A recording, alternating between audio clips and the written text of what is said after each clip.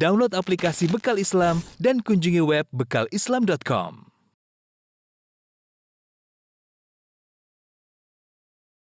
Bismillahirrahmanirrahim. Assalamualaikum warahmatullahi wabarakatuh. Alhamdulillahi ala ihsanih wa syukru lahu ala taufiqihi wa amtinanih wa asyhadu an la ilaha illallah wahdahu la syarika lahu ta'ziman li sya'nih wa asyhadu anna Muhammadan abduhu wa rasuluhu da'ila ridwanih. Allahumma salli alaihi wa ala alihi wa ashabihi wa ikhwanih. Hadirin dan hadirat yang dirahmati oleh Allah Subhanahu wa taala. Alhamdulillah puji dan syukur kita panjatkan kepada Allah atas segala limpahan karunia yang Allah berikan kepada kita. Salawat dan salam semoga tercurahkan selalu kepada junjungan kita Nabi Muhammad sallallahu alaihi wasallam dan juga kepada keluarganya, para sahabatnya serta pengikutnya yang setia hingga akhir zaman kelak. Kita lanjutkan pembahasan kita tentang sirah nabawiyah dan pada pertemuan lalu kita telah bercerita tentang hijrah Nabi sallallahu alaihi wasallam. Dan kita lanjutkan pembahasan kita. Jadi Nabi sallallahu alaihi wasallam berhijrah dengan rombongannya yaitu bersama Abu Bakar As-Siddiq radhiyallahu anhu, kemudian bersama Amir bin Fuhairah yaitu budak yang dibebaskan oleh Abu Bakar. Kemudian dia menjadi pelayan Abu Bakar dan Nabi sallallahu alaihi wasallam. Dan yang keempat, penuntun jalan Abdullah ibnu Al-Uraiqid, seorang musyrik. Jadi mereka berempat berjalan dari Mekah menuju kota Madinah. Di tengah perjalanan, sebagaimana disebutkan dalam Sahih Bukhari dan Sahih Muslim, kata Abu Bakar As-Siddiq radhiyallahu taala anhu, irtahalna min Makkah fa ahyayna aw sarayna lailatana wa yawmana hatta adharna. Kami berjalan semalam suntuk kami tidak tidur. Dan pagi hari kami lanjutkan juga perjalanan tidak tidur. Hatta adharna, sampai tiba siang hari, yaitu di waktu zuhur. Wa qama qa'imudz zahirah, dan kala itu panas lagi puncak-puncaknya. Faramaitu bi basari hal ara min dhillin fa'awi ilaihi. Aku pun memandang ke sana kemari, aku lihat apakah ada suatu tempat yang bisa menjadi naungan. Semalam suntuk berjalan tidak berhenti, pagi dilanjutkan sampai siang hari, maka Abu Bakar ingin mencari tempat untuk bernaung. Fa idza sakhratun ataituha. Tiba-tiba aku melihat ada sebuah batu besar, kemudian aku pun mendatangi batu tersebut. Fa nadhartu baqiyata dhillin laha fasawaituhu. Thumma farashtu lin Nabi sallallahu alaihi wasallam fihi. Aku lihat ada sisa naungan bisa untuk berteduh, maka aku pun meratakan tanah di bawah batu tersebut. Lalu aku meletakkan firash, yaitu semacam terpal atau sajadah atau kain. Thumma qultu lahu ittaji' ya Nabi Allah. Aku berkata, wahai Nabi Allah, berbaringlah di sini. Fattaja'a an-Nabi sallallahu alaihi wasallam. Thumma talaqtu anzur ma hauli. Kemudian Nabi pun tidur di situ berbaring. Lalu aku pergi melihat apa yang ada di sekitarku. Hal ara min at-talab ahadan, ya, apakah ada bisa yang aku cari, bisa minta bantuan, ya. Ya, fa idza ana bi ra'i ghanamin yasuqu ghanamahu ila sakhrah. Tiba-tiba aku melihat ada salah seorang penggembala kambing membawa kambingnya menuju ke arah batu. Ya. Faqultu lahu, maka aku pun menegurnya, aku berkata, engkau milik siapa wahai sang budak? Ya, ternyata itu budak yang sedang mengembalakan kambing. Faqala li rajulin min Quraisy sammahu fa'araftuhu. Maka dia mengatakan, aku adalah budak milik salah seorang dari Quraisy. Dia sebut namanya dan aku kenal majikannya tersebut. Faqultu hal fi ghanamika min laban? Apakah kambingmu ada susunya? Qala na'am, kata budak tersebut ada. Fal anta halibun lana, apakah kau mau memerahkan susu kambing buat kami? Qala na'am, kata budak tersebut, iya, ya. Kata para ulama, bisa jadi majikan yang mengizinkan kalau ada yang minta minum dari kambing silahkan perah, ya. Dan kebetulan waktu Abu Bakar minta susu dari kambing, maka budak tersebut mengatakan, iya, aku akan memerah susu kambing buat kalian. Fa'taqala syatan min ghanamihi, ya, kemudian dia pun meletakkan kakinya di bawah kaki kambing, ya, dia himpit dengan pahanya ingin memerah kambing tersebut. Thumma amartuhu an yanfudha dar'aha minal gubar. Aku bilang, wahai sang budak, tolong bersihkan susu kambing tersebut dari debu. Ini karena kambing mau diperah buat Nabi SAW. Maka dibersihkanlah ya susu kambing tersebut dari debu. Thumma amartu an yanfidha kaffaihi. Aku bilang, tanganmu juga bersihkan. Kamu diperah susu tersebut. Akhirnya budak tadi begini. Ya. Daraba ihda kaffail bi ukhra. Maka dia pun mukulkan tangannya ke yang lainnya. Fahalabali kusbatan min laban. Maka dia pun memerah sedikit susu, ya. Wa qad ja'altu li Rasulullah sallallahu alaihi wasallam idawatan. Dan aku siapkan gelas buat Nabi sallallahu alaihi wasallam. Kemudian susu tersebut diletakkan di gelas tersebut. Fasababtu ala laban. Lalu aku tuangkan sedikit air ke laban tersebut, ke susu tersebut, hatta barada asfaluhu, sampai agak dingin di bawahnya. Fantalaqtu bihi ila Nabi sallallahu alaihi wasallam. Aku pun bawa susu tersebut menuju Nabi sallallahu alaihi wasallam. Fa wafaqtuhu qad istaiqadha. Aku dapati Nabi sudah bangun dari tidurnya. Fa qultu ishrab ya Rasulullah. Aku katakan, minumlah wahai Rasulullah. Fa syariba hatta raditu. Maka dia pun minum, beliau pun minum sampai aku pun senang, puas melihat Nabi sallallahu alaihi wasallam sudah minum. Thumma qultu qad ana ar-rahil ya Rasulullah. Apakah tiba waktunya kita berjalan lagi? Qala bala, kata Rasulullah, iya kita lanjutkan.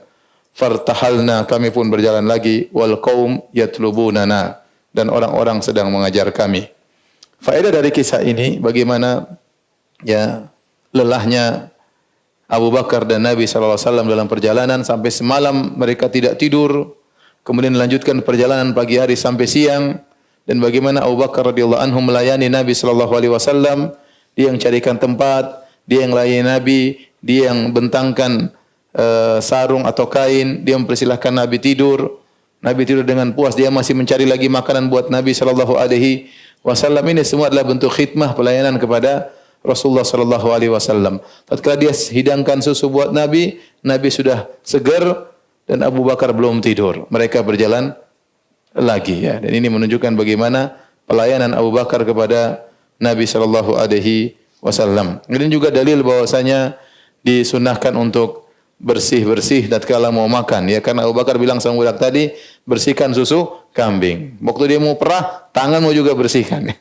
Maka diperah, dan ini menunjukkan Islam memperhatikan kebersihan, ya. Kebersihan sebelum makan, ya. Cuci tangan sebelum makan. Taib, hadirin dan hadirat yang dirahmati Allah Subhanahu wa taala. Kemudian juga di perjalanan Nabi SAW melewati seorang wanita yang namanya Ummu Ma'bad. Ini kisah sangat masyhur. Karena dalam kisah tersebut Ummu Ma'bad menyebutkan tentang sifat fisik Nabi SAW. Kisah ini datang dalam turuk, dalam beberapa jalur, semuanya dhaif. Semuanya dhaif. Oleh karenanya khilaf di kalangan para ulama apakah sanadnya dhaif atau sahih. Sebagian ulama mensahihkan seperti Al-Hakim, Az-Zahabi, karena banyak jalan, ya, sehingga lemah saling menguatkan, dan sebagian ulama menghasankan. Di antaranya yang condong kepada hadis ini adalah Hasan Syekh Albani rahimahullahu taala. Kenapa? Li ta'addudi turuq, karena jalur yang meriwayatkan tentang hadis Ummu Ma'bad banyak. Meskipun semuanya dhaif namun saling menguatkan. Adapun kisahnya tatkala mereka berjalan, ya, yaitu Nabi SAW, Abu Bakar, kemudian Amir bin Fuhairah, dan sang penunjuk jalan Abdullah bin Uraiqid.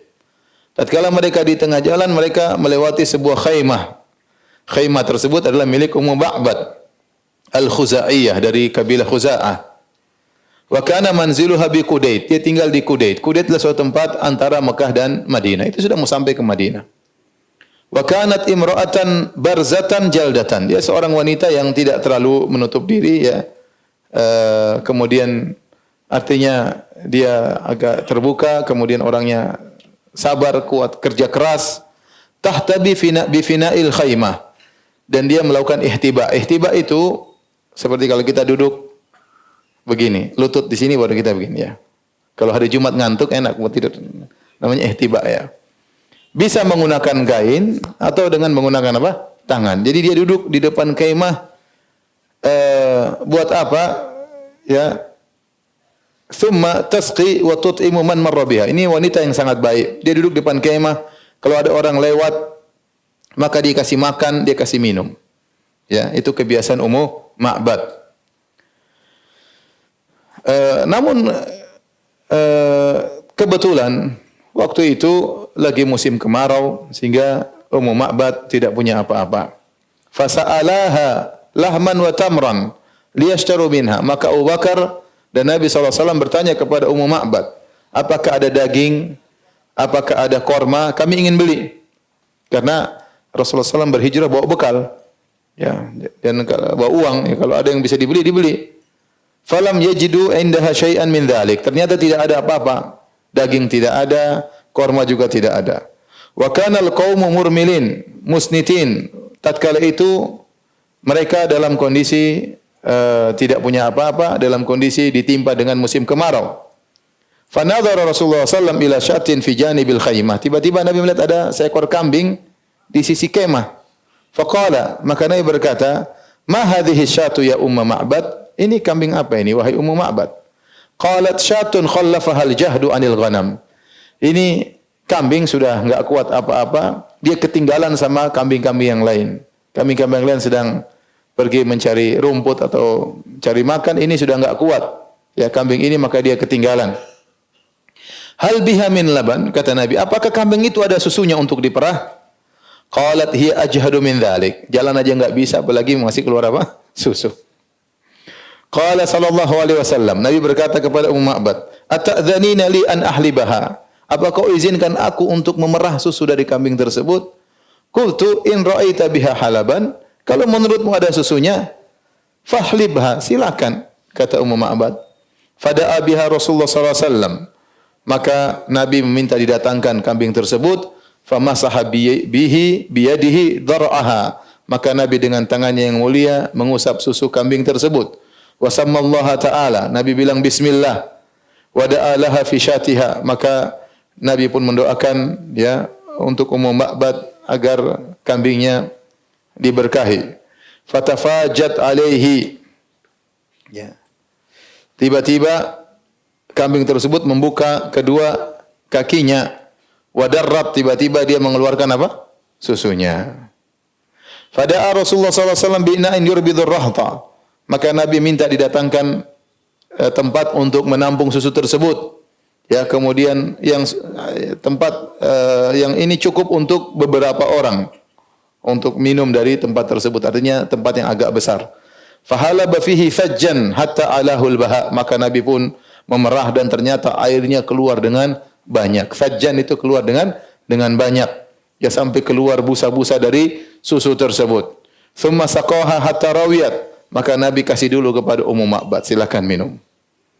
Maka Ummu Ma'bad pun minum sampai dia pun hilang dahaganya, sampai puas. Wa saqa ashabu hatta raw. Kemudian Nabi sallallahu alaihi wasallam memberi minum kepada kawan-kawannya, yaitu kepada Abu Bakar, kepada Amir bin Fuhairah dan juga kepada Abdullah bin Uraiqid.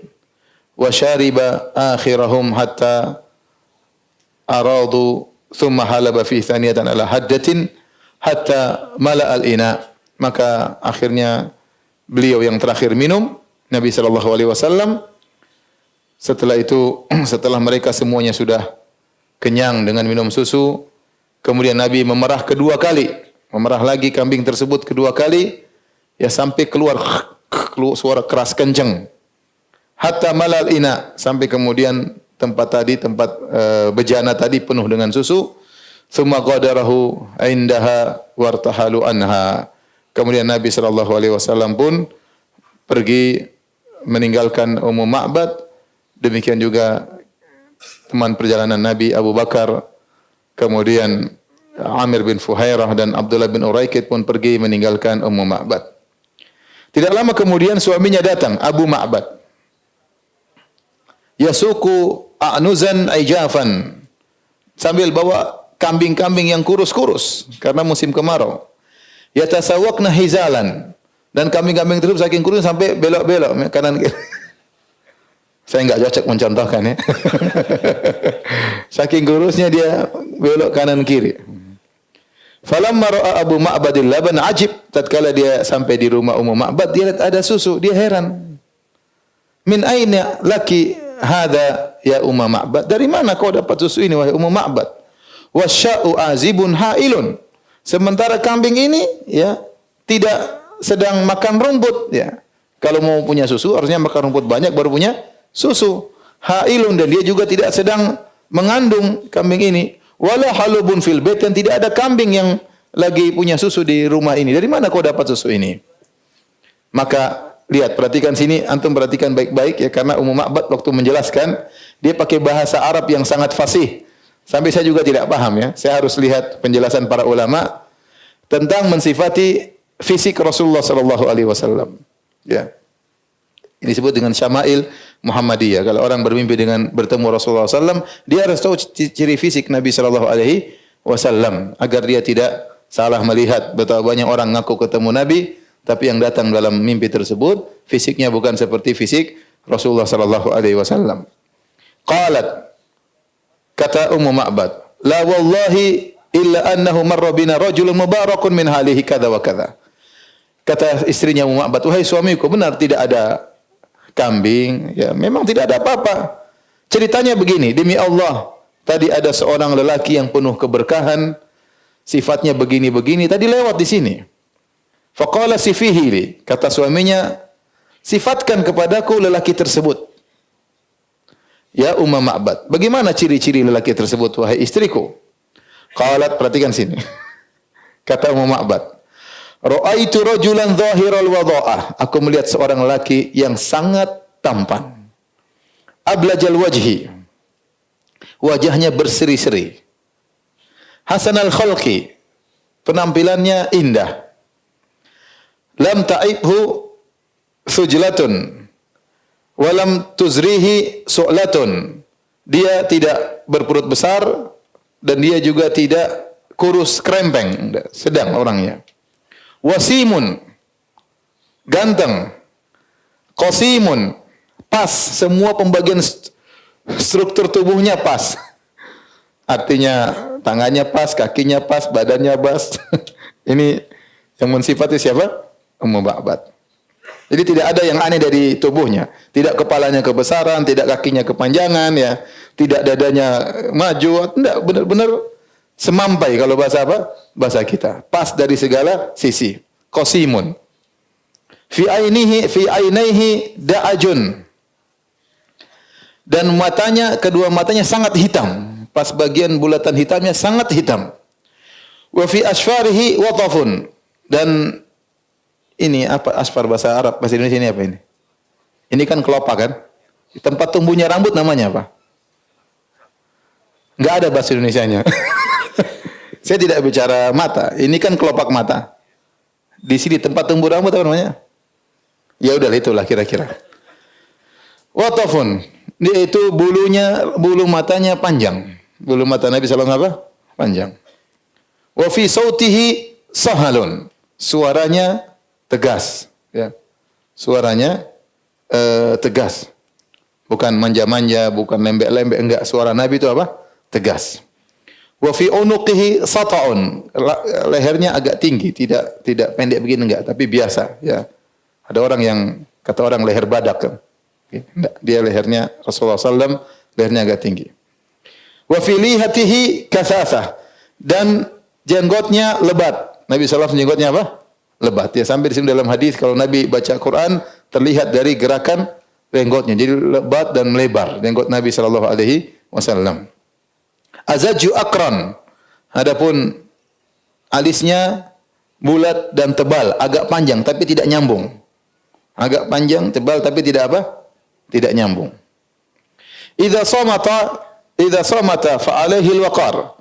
Kalau dia diam maka nampak ketenangan pada dirinya, yaitu karismatik Nabi SAW. Wa in takallama samahu alahul ba'a. Kalau Nabi sudah ngomong apa namanya dipenuhi dengan keindahannya. Ajmalun nas, orang yang terindah. Wa abahahu min ba'id, dari jauh kelihatan indah. Wa ahsanuhu ajmalu min qarib, apalagi kalau dilihat dari dekat. Hulwul mantiq, omongannya manis. faslan. Kalau ngomong ya pelan-pelan, ya. La nazar wala hadar. Tidak terlalu pelan seperti orang bodoh, enggak. Nabi ngomong enggak begitu. Wala hadar, tidak juga enggak juga. Ngomongnya pelan-pelan, ya.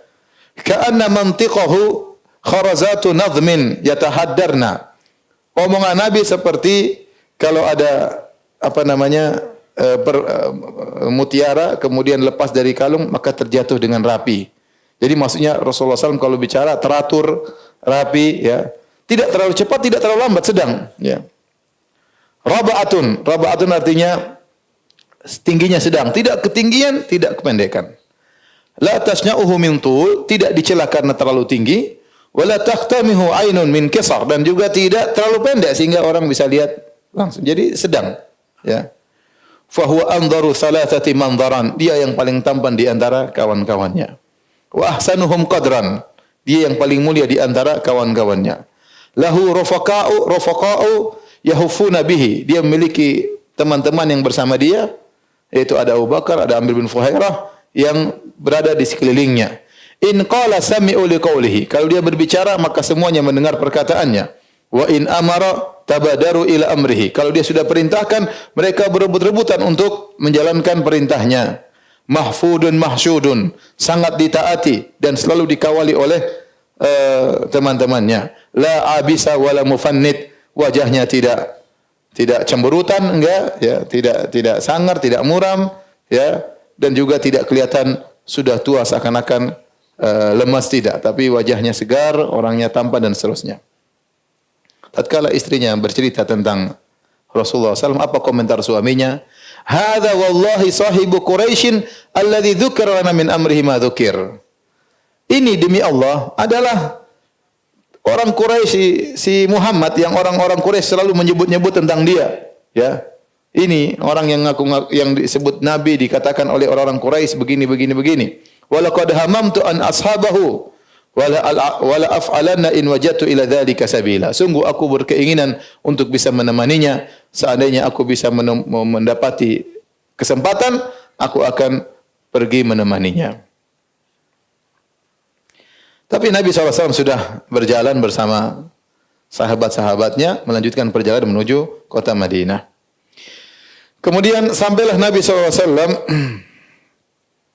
kepada suatu tempat namanya Al-Ghamim. Ya. Al-Ghamim itu letaknya sudah dekat dengan kota Madinah, antara Rabiq dan Juhfa. Ini sekitar mungkin 150 kilo atau lebih menuju kota Madinah. Atahu Buraidah bin Husayb, maka datanglah seorang sahabat bernama Buraidah bin Husayb. Fada'a Rasulullah SAW Islam. Dia itu lagi rombongan rame-rame, maka Nabi mendakwahi dia, kemudian dia pun masuk Islam, dan bersama rombongannya sekitar 80 keluarga semuanya masuk Islam tatkala itu. Ya, atas dakwah Nabi sallallahu alaihi wasallam. Dan Buraidah bin Husayb radhiyallahu taala anhu, ya, setelah itu datang ke kota Madinah setelah peristiwa perang Uhud, kemudian dia ikut serta dalam semua peperangan Nabi sallallahu alaihi wasallam. Disebutkan Buraidah bin Husayb ghaza ma'a Rasulillah sallallahu alaihi wasallam sita asyrata ghazwah. Dia ikut berperang bersama Nabi 16 peperangan, ya. Buraidah ibn Husayb radhiyallahu taala anhu. Kemudian Nabi terus berjalan. Tatkala Nabi sudah menuju kota Madinah, sudah mau dekat sampai kota Madinah, Nabi ketemu dengan Zubair bin Al-Awwam. Zubair bin Al-Awwam, ya. Radhiyallahu anhu bersama sekelompok orang dari kaum muslimin. Mereka baru saja berdagang dari negeri Syam dan baru pulang dari negeri Syam. Maka Zubair bin Al-Awwam pun memberikan baju putih buat Nabi dan juga buat Abu Bakar As-Siddiq, baju yang berwarna putih. Dalam riwayat yang lain, Nabi SAW juga tatkala meninggalkan Kharrar, suatu tempat dekat Juhfah, ya, maka Nabi ketemu dengan Talha bin Ubaidillah. Juga baru datang dari negeri Syam, baru berdagang. Maka dia pun memberikan kepada Nabi baju berwarna putih dan juga kepada Abu Bakar baju berwarna putih di negeri Syam. Ya. Kemudian dia kabarkan, wahai Rasulullah, sungguhnya penduduk kota Madinah menunggu-nunggu kedatanganmu, seakan-akan engkau lambat datang ke kota Madinah. Maka Rasulullah SAW pun segera mempercepat perjalanannya menuju kota Madinah. Dan Talha balik ke Mekah.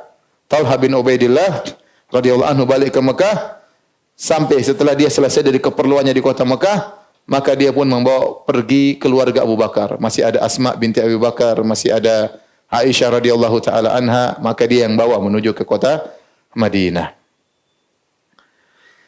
Saatnya tiba Rasulullah SAW di kota Madinah.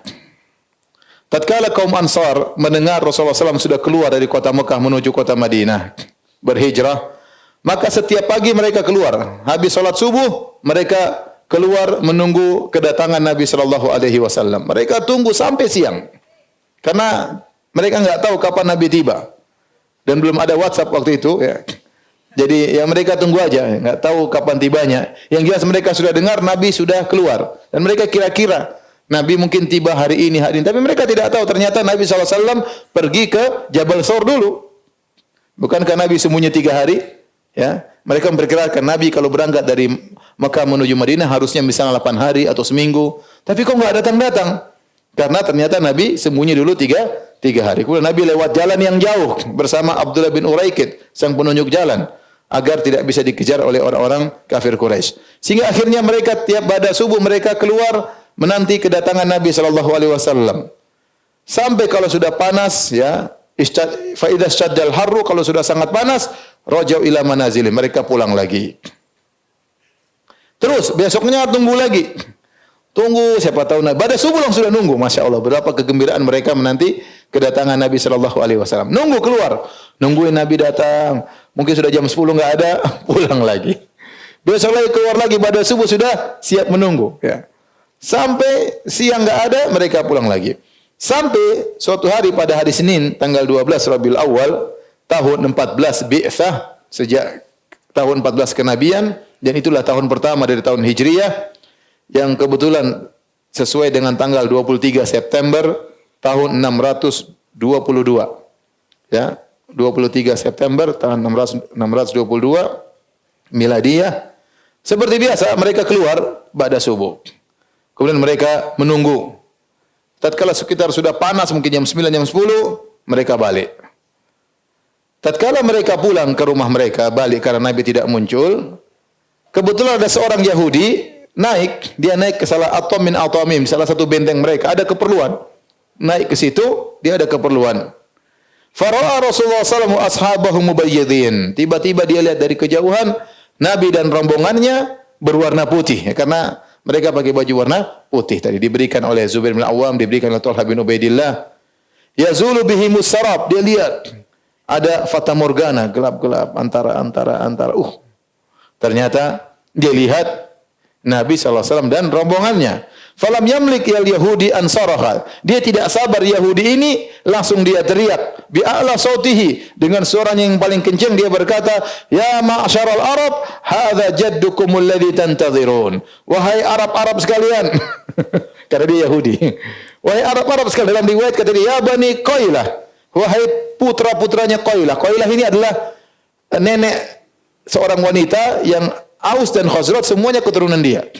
Cuma Aus dan Khazraj kan bertengkar, perang saudara. Tapi mereka semua keturunan seorang wanita namanya Qailah. Dalam riwayat dia berkata, ya Bani Qailah, wahai anak keturunan Qailah, hadza jaddukum alladhi tantazirun. Ini bos kalian yang kalian tunggu-tunggu datang. Jaddukum maksudnya inilah pimpinan kalian yang kalian tunggu-tunggu dari kemarin-kemarin. Keluar pagi enggak ada, balik lagi keluar pagi, rupanya ini yang kalian tunggu sudah datang. Fatharul muslimuna ila silah. Maka mereka pun, kaum muslimin segera keluar dari rumah mereka, bawa pedang menyambut Nabi SAW. Fatalaqaw Rasulullah SAW bi dhahril harrah. Maka mereka pun bertemu Nabi di Harrah, yaitu di kota Madinah, di pelataran kota Madinah. Wa sumi'atir rajjah, kemudian terdengar suara rame, ya. Wa takbir, terdengar takbir fi Bani Amr bin Auf. Wa kabbaral muslimuna farahan biqudumi Rasulillah sallallahu alaihi wasallam. Maka orang-orang kaum muslimin segera bertakbir, Allahu akbar, Allahu akbar, tatkala mereka lihat Nabi datang karena saking gembiranya. Lalu mereka pun menyambut Nabi sallallahu alaihi wasallam. Adapun hadis tentang bahwasanya waktu Nabi sallallahu alaihi wasallam datang kemudian disambut dengan sahabat, kemudian membaca atau mereka bersenandung, tala al-badru alaina min thaniyatil wada', Maka ini adalah hadis yang dhaif, bahkan dhaif jiddan. Sebagaimana dijelaskan oleh Ibnu Qayyim rahimahullahu taala, karena yang meriwayatkannya bukan sahabat, bukan juga tabi'in ya, tapi di bawah tabi'in, sehingga hadisnya bukan cuma munqati, bahkan mu'dhal, yaitu ada beberapa perawi yang gugur. Kemudian Thaniyatul Wada, kata Ibnu Qayyim rahimahullahu taala, posisinya bukan di arah Kuba. Karena Nabi datang masuk lewat arah Kuba dari Thariqul Hijrah. Sementara Thaniyatul Wada itu adalah orang kalau datang dari arah utara. Dari arah utara maksudnya dari arah negeri Syam. Nabi datang dari arah selatan ya. Oleh karenanya dari sisi sanad dhaif, dari sisi matan juga tidak benar sebagian penjelasan Ibnu Qayyim rahimahullahu taala. Namun disebutkan dalam buku-buku sirah, sebagian sahabat menyambut dengan bersenandung tala al-badru alaina min thaniyatil wada dan seterusnya. Yang datang dalam riwayat yang sahih, mereka bertakbir, Allahu Akbar sambil membawa pedang menyambut kedatangan Nabi sallallahu alaihi wasallam. Fatafiqa, perhatikan, fatafiqa man jaa minal ansar mimman lam yara Rasulullah sallallahu alaihi wasallam yuhayyi Abu Bakrin. Sebagian orang dari kaum Ansar waktu melihat Nabi dan rombongannya datang, Nabi, Abu Bakar, Amir bin Fuhairah, Abdullah bin Uraikid, mereka 4 orang. Yang jelas kelihatan Abdullah bin Uraikid sama Amir bin Fuhairah ya mungkin tidak di depan, yang di depan Abu Bakar sama Nabi sallallahu alaihi wasallam. Maka sebagian kaum Ansar datang yang mereka belum pernah lihat Nabi sallallahu alaihi wasallam, mereka pun langsung mengucapkan salam, selamat datang, assalamualaikum, tapi mereka tujuannya ke Abu Bakar. Mereka kira itu Nabi sallallahu alaihi wasallam. Kenapa? Karena Nabi penampilannya sama dengan Abu Bakar, tidak ada penampilan khusus, Saya bacakan perkataan Syekh Ali Tantawi rahimahullah, beliau berkata tentang Nabi, lam yakun malikan, Nabi bukanlah raja. Nabi penampilan sederhana. Makanya waktu ada seorang datang menemui Nabi, begitu dekat dengan Nabi kemudian dia gemetar. Kata Nabi sallallahu alaihi wasallam, hawwin ala nafsik, santai aja. Innama ana ibnu imra'atin min Quraisyin ta'kulul qadid. Saya ini sama seperti kamu. Saya adalah putra dari seorang wanita Quraisy yang juga makan susu yang dikeringkan. Artinya seakan-akan Nabi berkata, santai mi, saya sama kau sama-sama makan nasi, tenang. Seperti itulah kira-kira ya. Jadi, ini gemetar ketemu Nabi SAW, Nabi bukannya, cuma. Enggak, Nabi santai, tenang ya, santai. Kata Syekh Ali Tantawi rahimahullah, lam yakun malikan, dia bukanlah seorang raja. Wala yalbasul harir, Nabi tidak memakai sutra seperti raja-raja yang ada. Ya.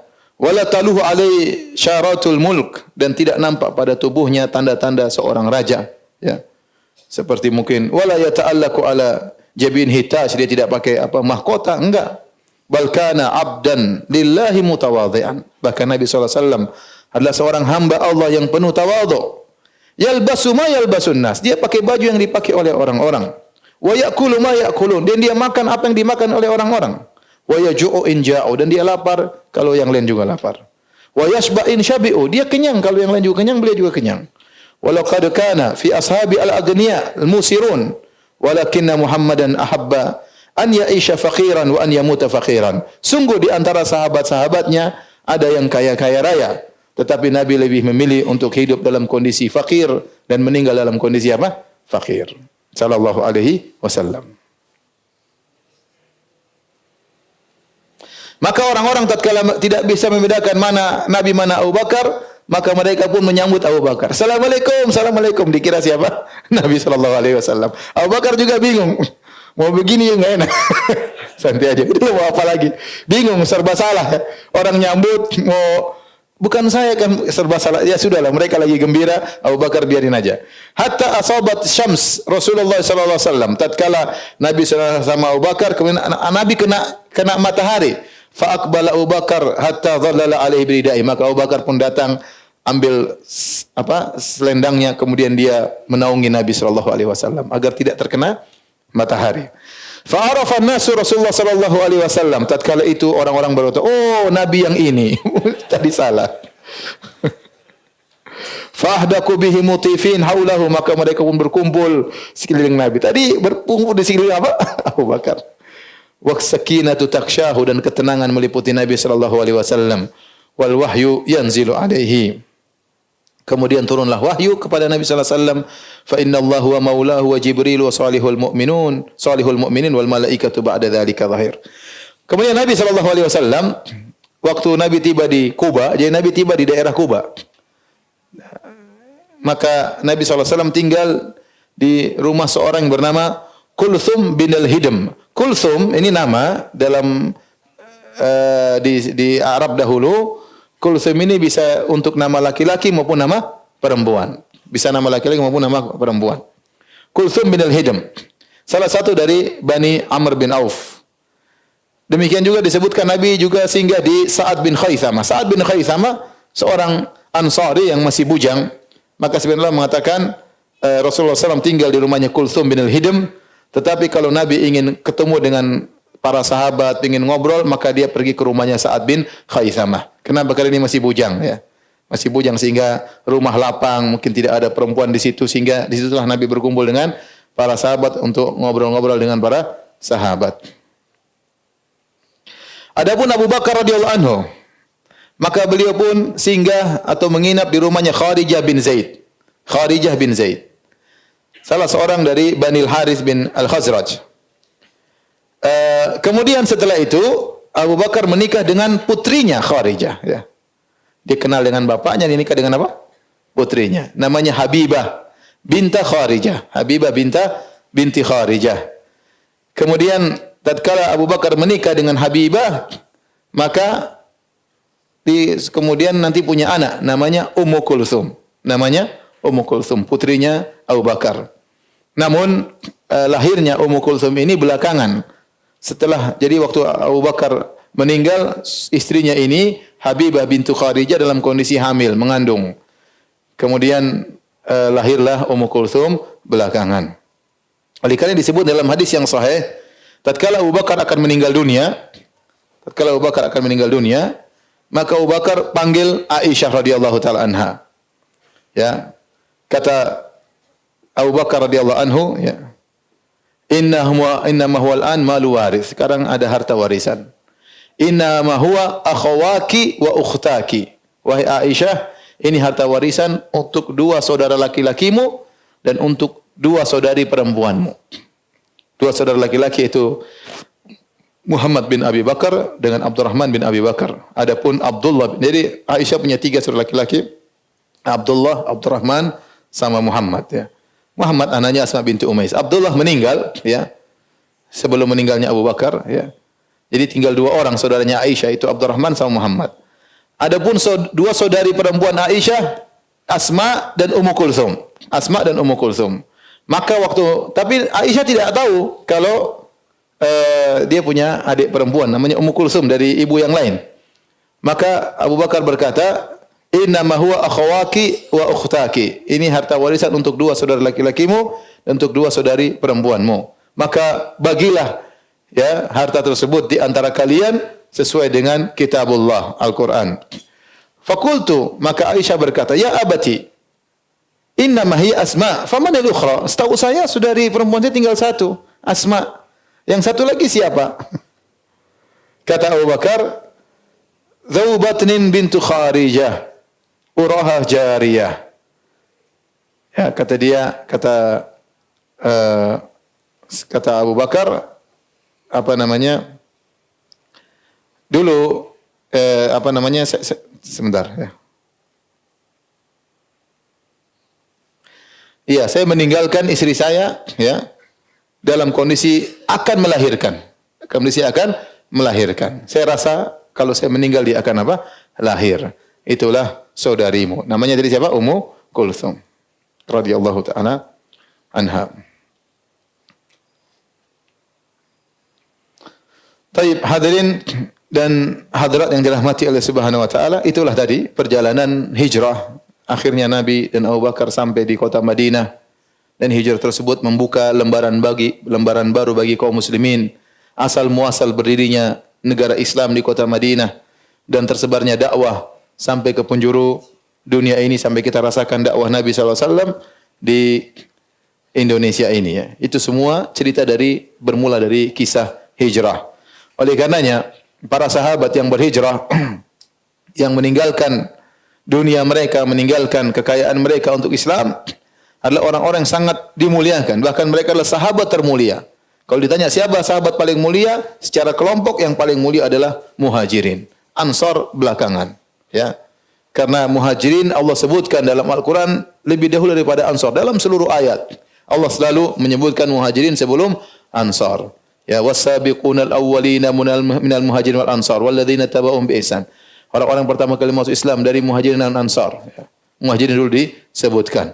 Kata Allah Subhanahu wa taala, lil fuqara'il muhajirin alladzina ukhriju min diyarihim wa amwalihim yabtaguna fadlan minallahi wa ridwana wa yansuruna Allah wa rasulahu ulaika humus shadiqun. Dan orang-orang Muhajirin yang fakir, yang mereka meninggalkan ya harta mereka, mereka meninggalkan negeri mereka. Buat apa mereka meninggalkan kota Mekah? Kata Allah, yabtaguna fadlan minallahi wa ridwana.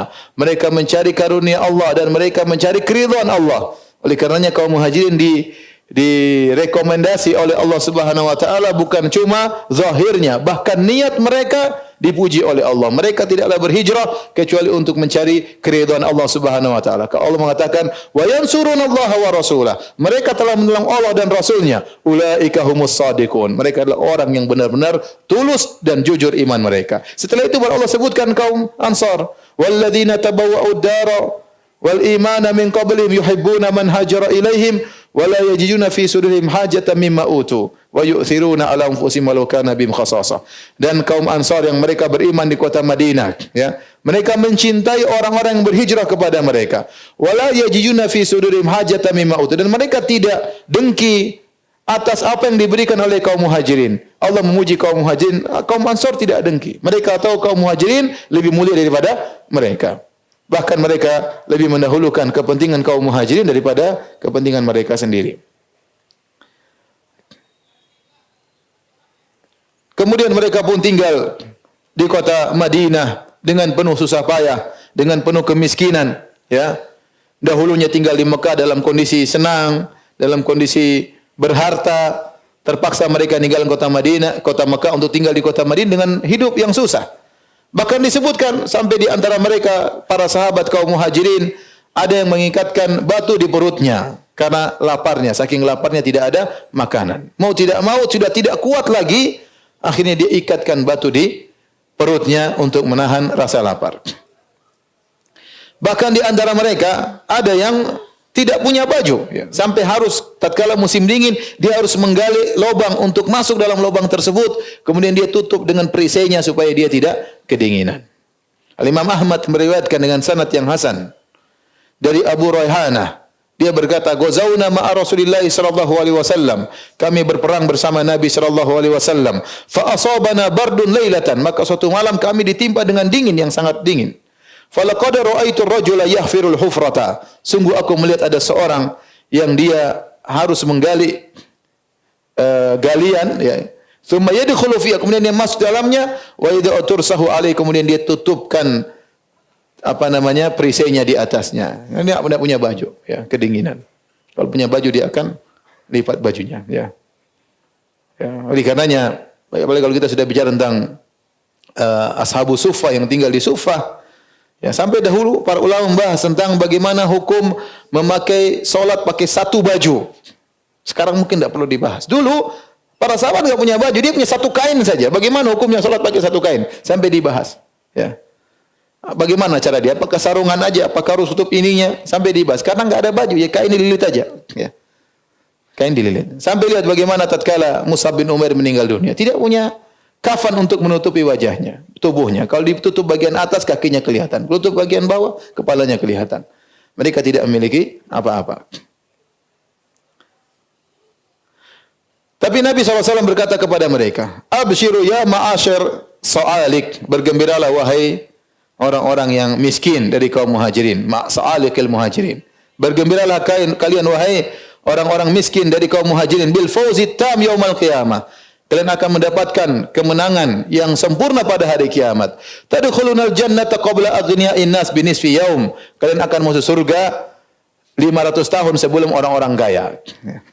Jadi kalau miskin-miskin nanti masuk surga lebih dahulu.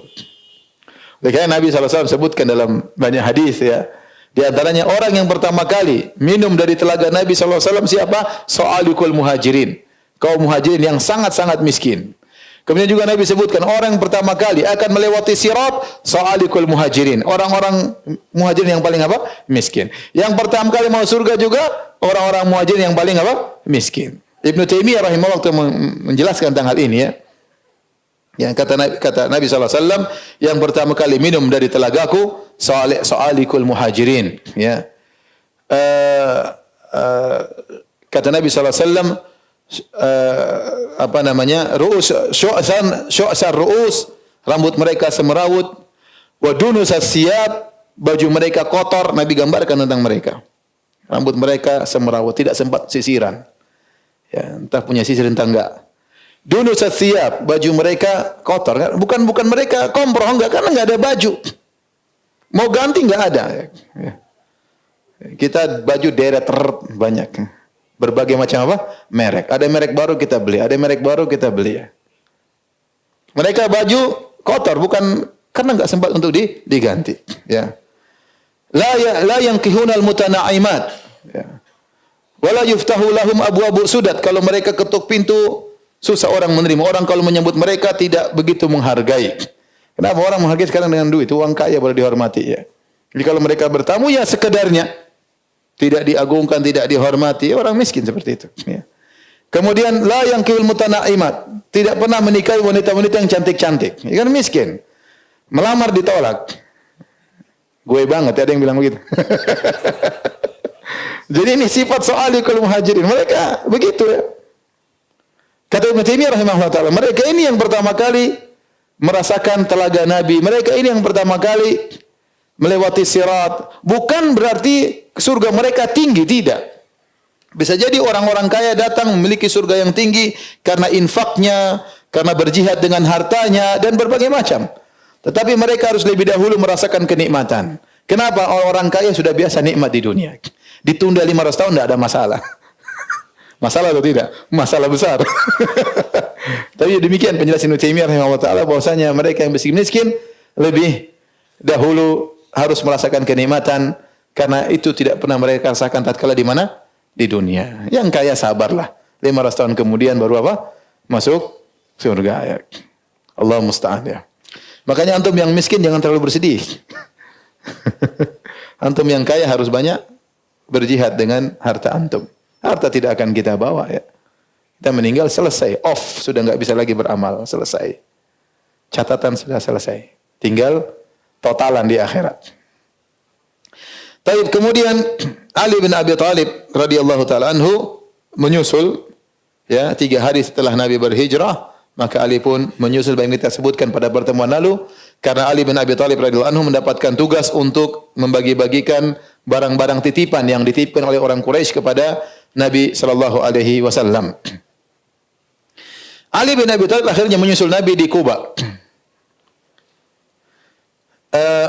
Di antara yang dilihat oleh Ali di Kuba, sementara Ali tinggal di Kuba, di hari-hari Nabi di Kuba, mungkin membangun Masjid Kuba. Ali melihat ada seorang wanita muslimah tidak punya suami. Dan Ali bin Abi Thalib melihat di Kuba tersebut ada seorang wanita muslimah tidak bersuami dan ada seorang lelaki selalu datang tengah malam. Ali lihat, ini orang laki-laki datang tengah malam. Ketuk pintu wanita tersebut, kemudian wanita tersebut keluar, kemudian dia berikan sesuatu kepada wanita itu. Wanita tersebut mengambil sesuatu tersebut. Kata Ali bin Abi Thalib, "Fastarabtu bi sya'nihi." Aku pun meragukan, curiga sama laki-laki ini. Bayangkan ini perempuan tidak punya suami, datangi malam-malam. Kalau dia datang siang-siang, sore enggak, malam-malam dia ketuk pintu, kemudian dia kasih sesuatu sama wanita tersebut. Fastarabtu bi sya'nihi. Aku pun ragu, siapa? Ini saya curiga sama laki-laki ini. Faqultu laha, aku pun datang kepada wanita tersebut. Aku berkata, "Ya amatallah, man hadzal rajul ladzi yadribu alayki babaki kulla lailatin?" Karena ini sudah terjadi berulang bermalam-malam. Kata Ali bin Abi Thalib, "Wahai hamba Allah, wahai sang wanita, siapakah laki-laki yang tiap malam mengetuk pintumu? Fatukhrijina ilaihi, kemudian kau keluar menemuinya. Fayu'tiki syai'an la adri ma huwa." Kemudian dia kasih kau sesuatu, saya tidak tahu apa yang dia kasih kepadamu.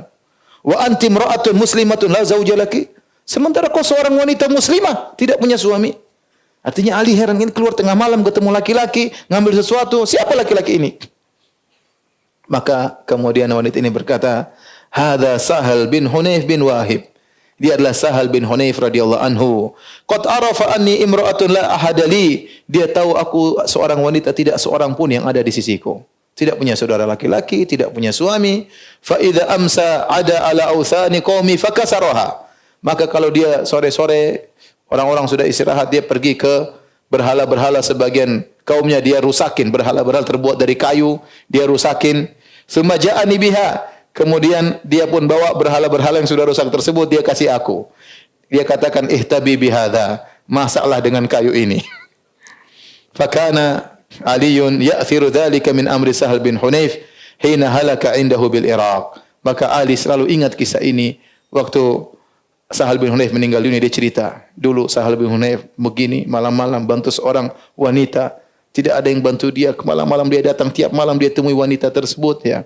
Selalu Ali bin Abi Thalib membanggakan cerita ini tentang Sahal bin Hunayf radhiyallahu taala. Intinya para hadirin, pintu-pintu kebaikan itu banyak, ya. Dan tidak mesti orang lain tahu. Antum bisa melakukan kebaikan, antum melakukan. Kalau bisa orang lain tidak tahu, ya lebih baik, ya. Sahal bin Hunayf dia bantu yang sekedarnya. Dia juga mungkin tidak punya apa-apa. Dia bisa bantu dengan kasih kayu bakar, dia kasih kayu bakar pada seorang wanita yang tidak ada yang menaunginya. Kemudian di antara sahabat-sahabat yang berhijrah adalah Suhaib Ar-Rumi. Suhaib Ar-Rumi. Namanya adalah Suhaib bin Sinan Ar-Rumi. Beliau berhijrah dari Mekah menuju Madinah. Waktu dia mau berhijrah, dihadang oleh orang-orang kafir Quraisy. Maka mereka berkata kepada Suhaib, "Ataitana su'lukan haqiran." Wahai Suhaib, kau waktu datang kepada kami di Mekah, kau dalam kondisi miskin, hina. Fakathura maluka indana. Terus kau kerja di Mekah, kemudian kau jadi orang kaya. Wa balagta alladhi balagta. Sekarang kau sudah punya harta. Thumma turidu an takhruja bimalika wa nafsik. Sekarang kau ingin kabur dari kami, kau bawa hartamu, kau bawa jiwamu. Wallahi la yakunu dzalik. Enggak bisa. Enak aja. Dulu kau datang ke sini miskin, sekarang ingin pulang pergi dari kami dalam kondisi kaya. Enak aja, enggak bisa. Maka Suhaib berkata, "Ara'aitum in ja'altu lakum mali atakhluna sabili?" Bagaimana menurut kalian? Kalau hartaku suruh saya kasih kalian, kalian biarkan saya pergi? Qalu na'am, oh enggak apa-apa. Iya, udah harta sini. Qala ushidukum anni ja'altu lakum mali. Persaksikanlah seluruh hartaku buat kalian. Dalam riwayat yang lain kata Suhaib, "Hal lakum an u'tiyakum awaqi min dhahab wa tukhlunu sabili?" Maukah kalian aku berikan bongkahan-bongkahan emas buat kalian, tapi kalian biarkan aku pergi? Ya, kata mereka, ya, iya tentu. Maka kata Suhaib, uhfuru tahta askifatil babi, fa inna tahtaha al-awaqi. Kalian nanti kalau saya sudah pergi, ya, galilah di bawah pintu, tempat injak pintu itu, atabatal bab, di bawahnya saya simpan emas-emas saya. Kemudian akhirnya mereka meninggalkan Suhaib, pergi menuju ke Madinah. Kata Suhaib, wa kharajtu hatta qadimtu ala Rasulillah sallallahu alaihi wasallam. Aku pun pergi sampai aku bertemu dengan Nabi sallallahu alaihi wasallam.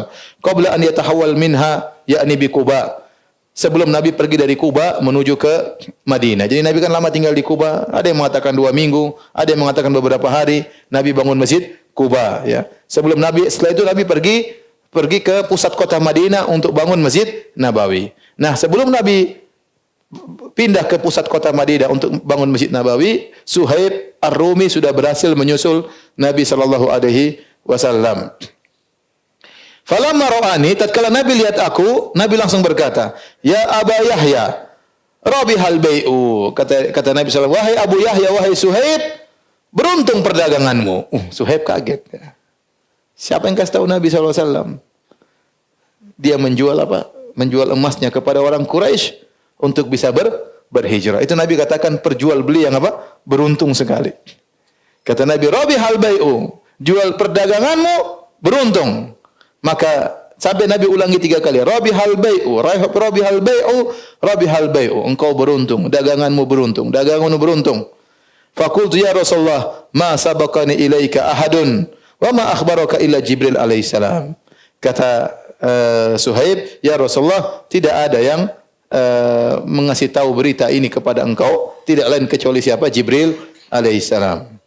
Maka turunlah firman Allah Subhanahu wa taala, "Wa minan nasi may yashri nafsahu ibtigha'a mardatillah wallahu raufun bil ibad." Di antara manusia ada yang membeli jiwanya untuk mencari atau menjual jiwanya ya untuk mencari keridhaan Allah Subhanahu wa taala. Taib hadirin dan hadirat Allah Subhanahu wa taala. Berikutnya tentang kisah Islam Salman Al-Farisi, ini panjang banget ya. Gimana? Mau lanjut atau mau tanya jawab? Ya. Lanjut. Nanti lama buka puasanya. Stop jam berapa? Stop. Hah? Kan harus persiapan buka puasa. Itu harus berdoa sebelum buka puasa ya. Jadi kita tunda Rabu depan aja ya. Ceritanya panjang. Tapi kalau ada yang bertanya, masih ada 10 menit ya.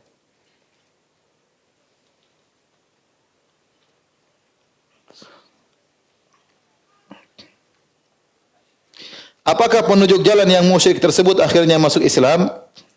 Wallahu alam, saya tidak tahu bagaimana kabar dari Abdullah bin Uraiqid. Abdullah bin Uraiqid sebagaimana kita sebutkan seorang musyrik yang dibayar oleh Nabi sallallahu alaihi wasallam. Dia musyrik tapi dia amanah ya. Ada musyrik yang amanah. Ya. Wa minhum man in ta'manhu bi qintarin yu'addihi ilaik. Di antara orang Yahudi ada yang amanah, di antara mereka ada yang tidak amanah. Apakah dia kemudian masuk Islam? Wallahu alam bisawab. Saya tidak tahu kisahnya dia masuk Islam atau tidak. Apakah kebaikan sebelum Islam dihitung ketika masuk Islam? Dan iya, kalau seandainya dia masuk Islam, seluruh kebaikan yang dilakukan oleh dia atau orang lain seluruhnya akan dihitung dalam pahala. Oleh karenanya sebagaimana kisah Hakim bin Hizam radhiyallahu anhu, ponakannya Khadijah radhiyallahu taala anhu, seorang yang sangat dermawan. Waktu di zaman jahiliyah dia sering memerdekakan budak ya. Bahkan dia juga sering membagi-bagi makanan, menyembelih onta diberikan kepada fakir miskin. Tatkala dia masuk Islam dia bertanya, "Ya Rasulullah, bagaimana tentang amal-amal kebajikanku dahulu waktu aku masih jahiliyah?" Kata Nabi sallallahu alaihi wasallam, "Aslamta ala ma aslafta min khairin ya Hakim." Kata Nabi SAW, kau masuk Islam dengan membawa seluruh kebaikan yang pernah kau lakukan di zaman jahiliyah. Jadi orang kalau masuk Islam, seluruh kebaikan mungkin pernah berbakti sama orang tua, pernah memberi sedekah kepada fakir miskin, pernah membantu orang lain. Semua kebaikan ini akan ikut serta dalam Islamnya. Adapun keburukan, mungkin dia pernah kafir, dia pernah zina, dia pernah membunuh, dia pernah merampok, itu semua tidak dianggap. Yang dibawa serta dalam Islamnya adalah kebaikan-kebaikan.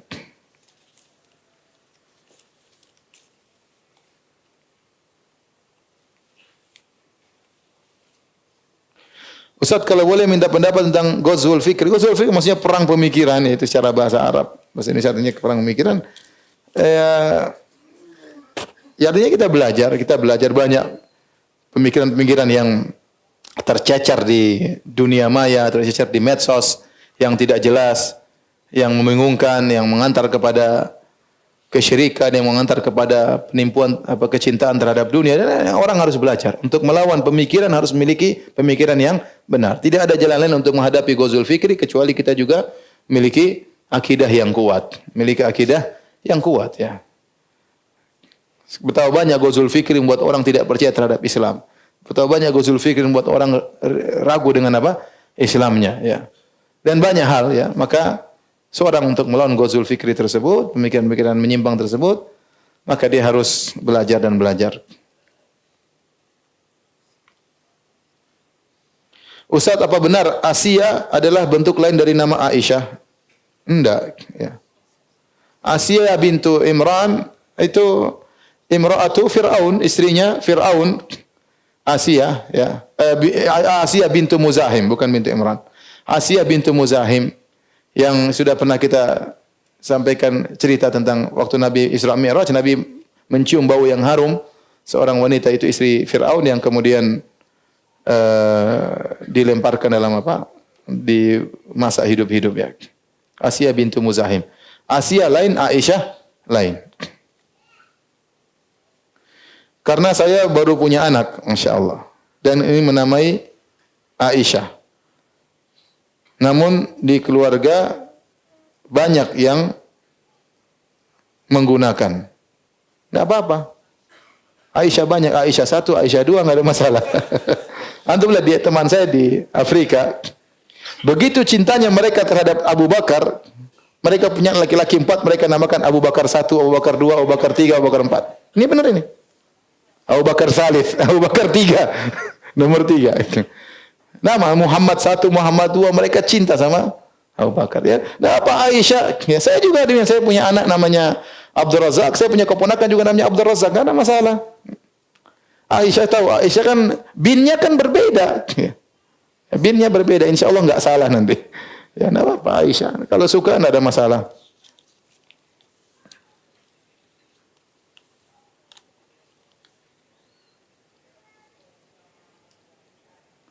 Ustaz, bagaimana cara terhindar dari yang namanya merasa diri lebih baik daripada orang lain?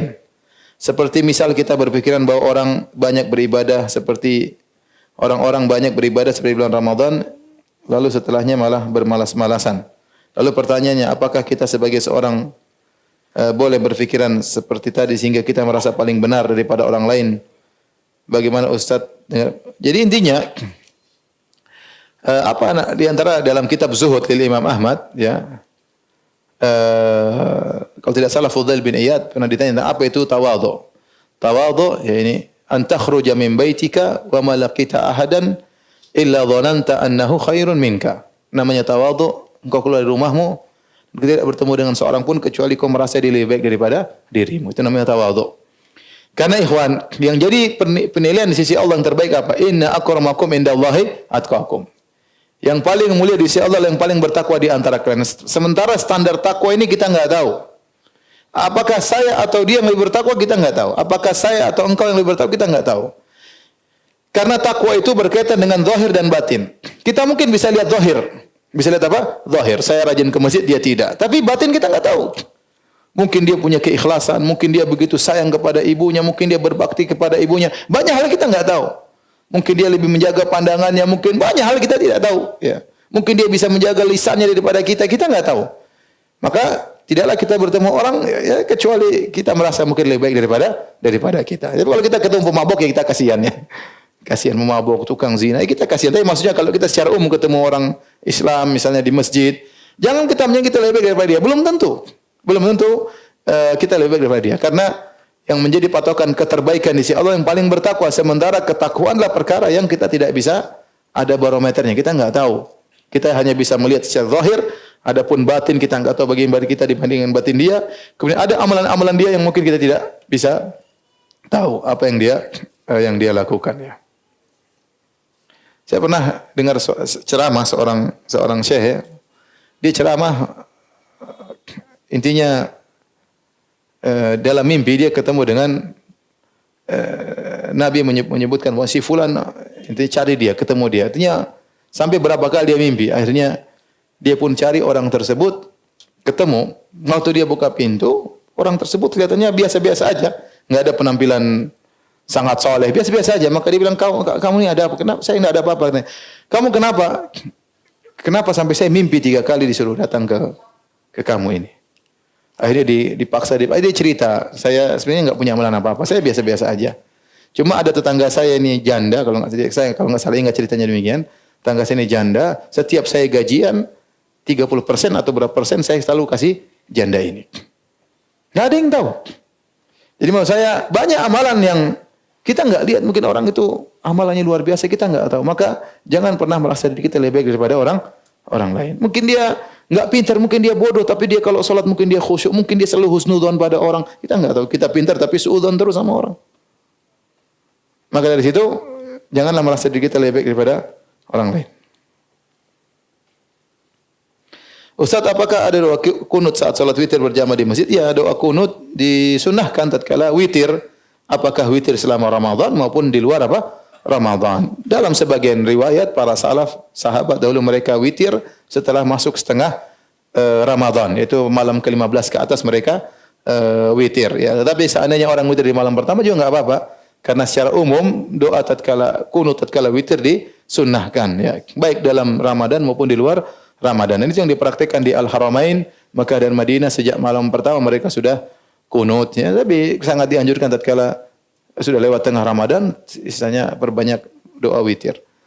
Tapi demikian saja kajian kita. Sebelum buka ya. Dah apa ya? Siap-siap ya. Demikian saja. Subhanakallah bihamdik. Asyhadu an la ilaha illa anta astaghfiruka wa atubu ilaik. Assalamualaikum warahmatullahi wabarakatuh.